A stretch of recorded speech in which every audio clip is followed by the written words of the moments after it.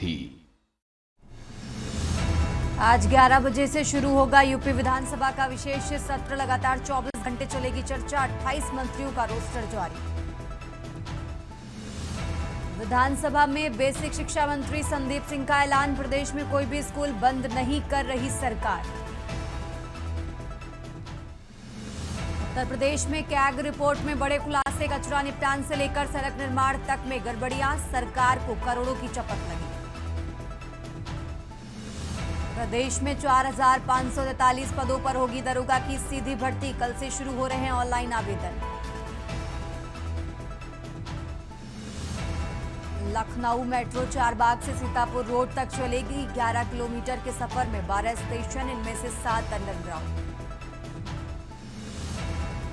प्रदेश के 44 जिलों में आज भारी बरसात का अलर्ट जारी। 57 जिलों में गिर सकती है बिजली। आप देख रहे हैं के न्यूज, खबरों का सारथी। नमस्कार, आप देख रहे हैं खबर उत्तर प्रदेश। मैं हूं आपके साथ तन्वी। रुक करते हैं खबरों का और शुरुआत करते हैं दिल्ली की खबर से। दिल्ली से बड़ी खबर आपको बता रहे हैं, जहां कॉन्स्टिट्यूशन क्लब का चुनाव जीते राजीव प्रताप रूडी। तो पूर्व सांसद राजीव बालियान को हराकर रूडी अध्यक्ष बने हैं। 20 साल से कॉन्स्टिट्यूशन क्लब के अध्यक्ष पद पर हैं रूडी। तो मोदी शाह के करीबी सांसद निशिकांत दुबे के उम्मीदवार थे बालियान। केंद्र सरकार के कई मंत्रियों ने बनाया था प्रतिष्ठा का सवाल। तो बीजेपी नेता राजीव प्रताप रूडी संजीव बालियान के बीच ये मुकाबला था। कॉन्स्टिट्यूशन क्लब के सचिव प्रशासन पद के चुनाव में अपने साथी भाजपा नेता संजीव बालियान को हराया है। बड़ी खबर बता रहे हैं आपको दिल्ली से।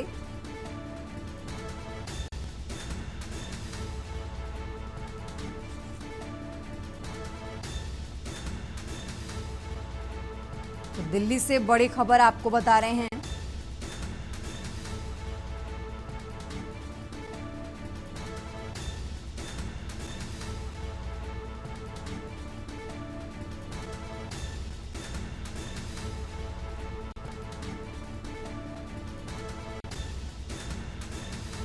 केंद्र सरकार के कई मंत्रियों ने प्रतिष्ठा का सवाल बनाया था। तो बीजेपी नेता राजीव प्रताप रूडी और संजीव बालियान के बीच ये मुकाबला था। कॉन्स्टिट्यूशन क्लब का चुनाव जीते हैं राजीव प्रताप रूडी।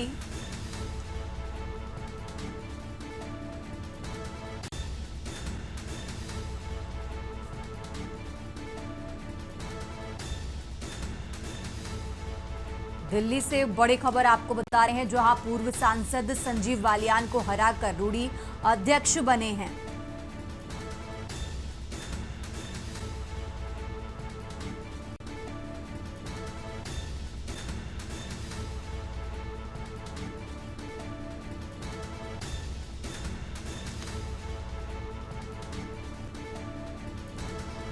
और इसी खबर पर ज्यादा जानकारी के लिए हमारे साथ प्रधान संपादक दुर्गेंद्र चौहान जी जुड़ चुके हैं। दुर्गेंद्र जी, जिस तरीके से पूर्व सचिव संजीव बालियान को हराकर राजीव प्रताप रूडी अध्यक्ष बने हैं, जरा उनके बारे में जरा दर्शकों को बताइए। एक तो मैं स्पष्ट कर दूं कि जो राजीव प्रताप रूडी हैं वो मौजूदा सांसद हैं, पूर्व केंद्रीय मंत्री हैं। और राजीव प्रताप रूडी को ये कहा जाता है कि बीजेपी के ओल्ड गार्ड हैं, यानी कि अटल आडवाणी के जमाने की भारतीय जनता पार्टी के वो पुराने नेता हैं। इन दिनों वो सांसद जरूर हैं, लेकिन सत्ता में शामिल नहीं हैं। और वो काफी प्रभावशाली नेता हैं। 20-25 साल से राजीव प्रताप रूडी सेक्रेटरी के पद पर हैं। वहाँ अध्यक्ष का पद नहीं होता है। सेक्रेटरी के पद पर जो एडमिनिस्ट्रेशन सेक्रेटरी है उसका वो चुनाव जीते हैं। 100 वोटों से उन्होंने अपने निकटतम प्रतिद्वंदी और पूर्व सांसद पूर्व केंद्रीय मंत्री संजीव बालियान को हराया है। अब ये कॉन्स्टिट्यूशन क्लब की जो संरचना है वो आपको पता है कि करीब 1200 सांसद और पूर्व सांसद उसके मेंबर होते हैं। और इसमें सांसद और पूर्व सांसद वोट डालते हैं। कल जो चुनाव हुआ था उसमें सोनिया गांधी, अमित शाह समेत तमाम प्रमुख लोगों ने, जो सांसद हैं या पूर्व सांसद हैं, उन्होंने इस पद के लिए वोट डाला था। ये चुनाव दिल्ली के जो लुटियंस है और दिल्ली के सत्ता के गलियारों में तकरीबन 1 महीने से बहुत चर्चा का विषय बना हुआ था और तरह तरह से लोग इसको अपने अपने तरीके से इसको परिभाषित कर रहे थे। लेकिन वास्तव में ये कहा जा रहा है, आज अगर मीडिया को देखेंगे तो सत्ता प्रतिष्ठान की मुखालफत में आज जो जितनी खबरें हैं आपको नजर आ रहा है कि सीधे सीधे भिड़ंत राजीव प्रताप रूडी की इसमें दिखाई गई है। और राजीव प्रताप रूडी को संपूर्ण विपक्ष का समर्थन था और विपक्ष के लगभग अपवादों को छोड़कर संपूर्ण विपक्ष ने राजीव प्रताप रूडी का समर्थन कर दिया था। इसकी सबसे बड़ी वजह यह है कि संजीव बालियान को भाजपा के चर्चित सांसद, जो आप इनको लोकसभा में अक्सर विपक्ष से भिड़ते देखती हैं, निशिकांत दुबे, वो अमित शाह और प्रधानमंत्री नरेंद्र मोदी के सबसे करीबी सांसद माने जाते हैं और इस वक्त उनका कद काफी बड़ा है भारतीय जनता पार्टी के अंदर। निशिकांत दुबे सीधे तौर पर संजीव बालियान को ये चुनाव लड़ा रहे थे और प्रत्यक्ष रूप से कम 1 दर्जन केंद्रीय मंत्री भी इस चुनाव में लगे थे कि कम से कम संजीव बालियान को जिताया जाए, जो एडमिनिस्ट्रेशन सेक्रेटरी का पद है। और राजीव प्रताप रूडी का जो इतने दिनों का जो सिलसिला है, 20-25 सालों से वो पद पे काबिज है, तो उस सिलसिला को तोड़ा जाए। ये भाजपा की अंदरूनी राजनीति का एक बड़ा घटनाक्रम और बड़ा उलटफेर भी है। तन्वी, ठीक है दुर्गेन जी, बहुत बहुत शुक्रिया आपका तमाम जानकारी दर्शकों तक पहुंचाने के लिए। और ये बड़ी खबर आपको दिल्ली से बता रहे हैं, दिल्ली से बड़ी खबर आपको बता रहे हैं, जहां राजधानी दिल्ली से अहम जानकारी आपको बता रहे हैं। कॉन्स्टिट्यूशन क्लब का चुनाव जीते हैं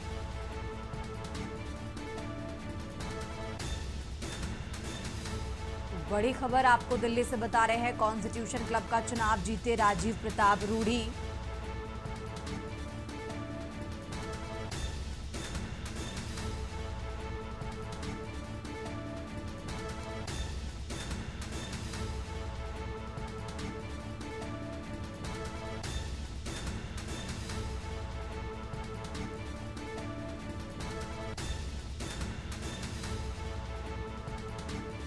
तो पूर्व सांसद संजीव बालियान को हराकर रूडी अध्यक्ष बने हैं। 20 साल से कॉन्स्टिट्यूशन क्लब के सचिव पद पर हैं रूडी। तो बड़ी खबर आपको बता रहे हैं, मोदी शाह के करीबी सांसद निशिकांत दुबे के उम्मीदवार थे बालियान। केंद्र सरकार के कई मंत्रियों ने प्रतिष्ठा का सवाल बनाया था। बीजेपी नेता राजीव प्रताप रूडी संजीव बालियान के बीच ये मुकाबला था। तो कॉन्स्टिट्यूशन क्लब का चुनाव जीते राजीव प्रताप रूडी। पूर्व सांसद संजीव बालियान को हराकर रूडी सचिव बने हैं।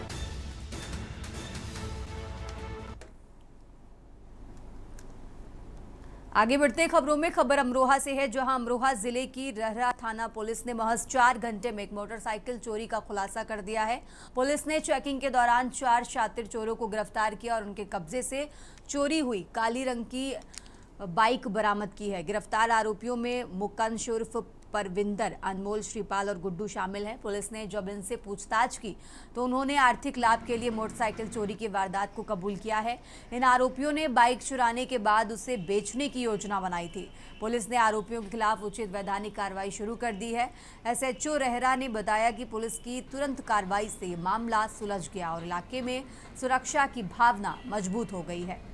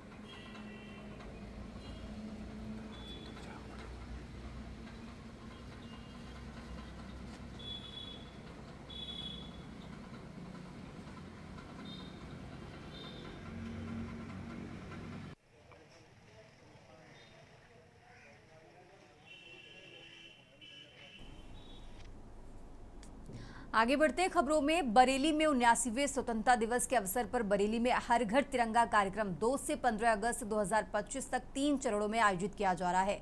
ये कार्यक्रम देशभक्ति की भावना को बढ़ावा देने और राष्ट्रीय ध्वज के प्रति सम्मान बढ़ाने के उद्देश्य से हर घर तिरंगा, हर घर स्वतंत्रता, हर घर स्वच्छता का उद्देश्य थीम पर आधारित है। कार्यक्रम के दूसरे चरण के अंतिम दिन यानी 12 अगस्त को विकास भवन परिसर से भव्य तिरंगा रैली का आयोजन किया गया। रैली का शुभारंभ जिलाधिकारी अविनाश सिंह और मुख्य विकास अधिकारी देवयानी ने किया। ये रैली गांधी उद्यान, चौकी चौराहा, कोतवाली, प्रेमनगर होते हुए सीआई पार्क पर समाप्त हुई है।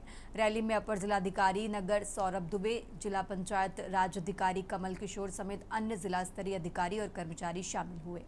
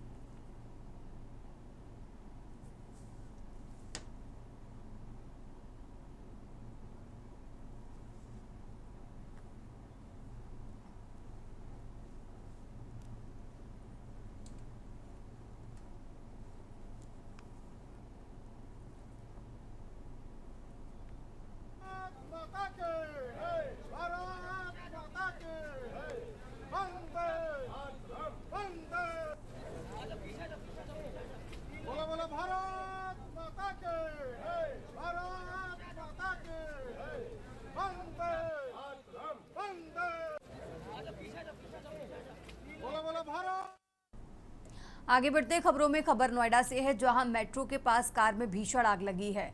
बोटनिकल गार्डन मेट्रो के पास कार में आग लगी। सेक्टर 37 से बोटनिकल गार्डन की कार जा रही थी। दमकल विभाग की गाड़ी ने आग पर काबू पाया है। नोएडा के सेक्टर 39 थाना इलाके के 37 की ये घटना आपको बता रहे हैं। नोएडा से खबर आपको बता रहे हैं।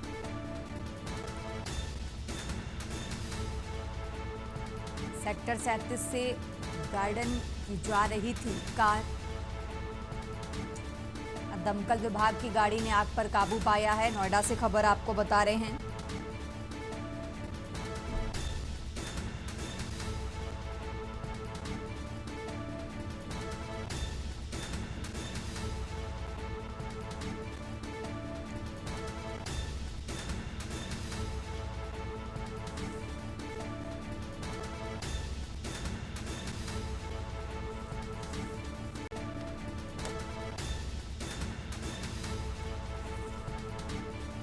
तो मेट्रो के पास कार में भीषण आग लगी है। नोएडा से खबर आपको बता रहे हैं। दमकल विभाग की गाड़ी ने आग पर काबू पाया है। नोएडा के सेक्टर 39 थाना इलाके के 37 की ये घटना आपको बता रहे हैं।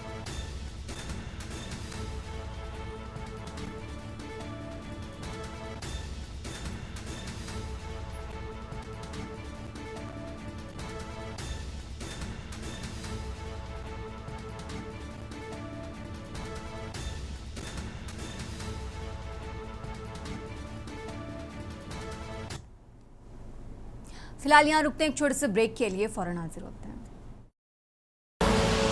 आप देख रहे हैं के न्यूज, खबरों का सारथी। ब्रेक से वापस आ चुके हैं, रुक करते हैं खबरों का। खबर सहारनपुर से है, जहां भाजपाइयों ने निकाली हर घर तिरंगा यात्रा। साडौली कदीम मंडल के निकाली गई तिरंगा यात्रा के दौरान देशभक्ति के नारों से गूंजा इलाका। शहादत देने वाले वीरों को याद किया गया है। हर घर तिरंगा लगाने का आह्वान किया गया है। भाजपा नेता अभय राणा, डीसीडीएफ चेयरमैन सोनेंद्र राणा भी शामिल हुए हैं। तो ब्लॉक प्रमुख विश्वास चौधरी, जिला पंचायत सदस्य रामू चौधरी भी शामिल हैं। सहारनपुर के बेहट क्षेत्र में निकाली गई तिरंगा यात्रा।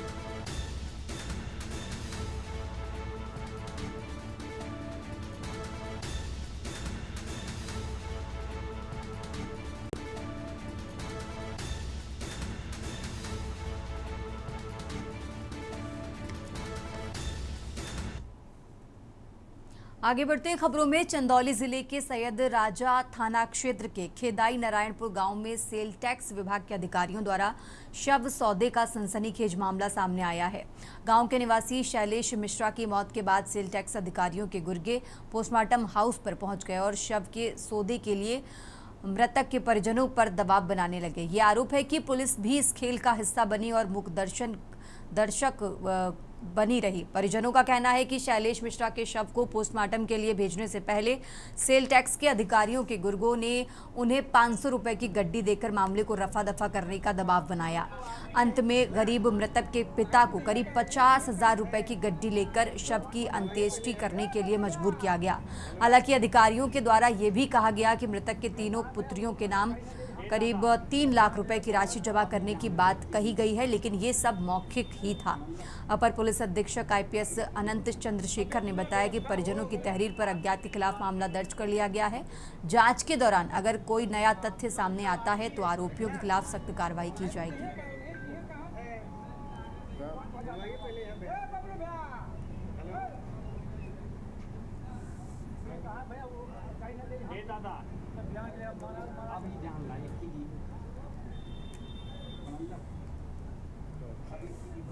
अभी अपना व्यवस्था हो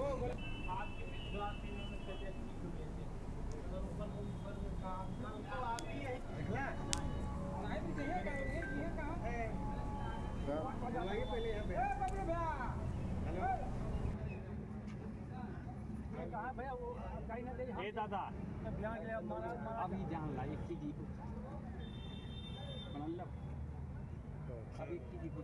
अभी अपना व्यवस्था हो। इसी बात पर समझौता हुआ है। इनको 50,000 रुपया संस्कार करने के लिए दिया जा रहा है और बतिया 3 बेटी और 1 बेटा है। उन लोगों को 3-3 लाख रुपये फिक्स करने की बात हुई है। इसी पर मामला हल हुआ है। ये बात कौन कहा है? ये बात बबलू गए हैं, जो मतलब उन साहब द्वारा भेजे गए थे। अगर वो अपनी बात से मुकर जाएंगे तो उसकी जिम्मेदारी कौन लेगा? उनके ऊपर FIR किया जाएगा।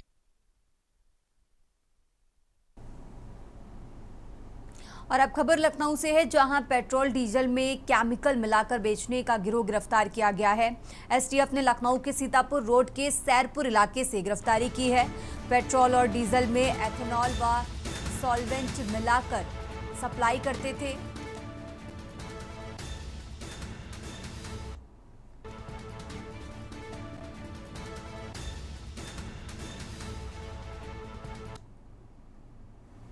आगे बढ़ते खबरों में। खबर लखनऊ से है, जहां पेट्रोल डीजल में केमिकल मिलाकर बेचने वाला गिरोह गिरफ्तार किया गया है। STF ने लखनऊ के सीतापुर रोड के सैरपुर इलाके से गिरफ्तारी की है।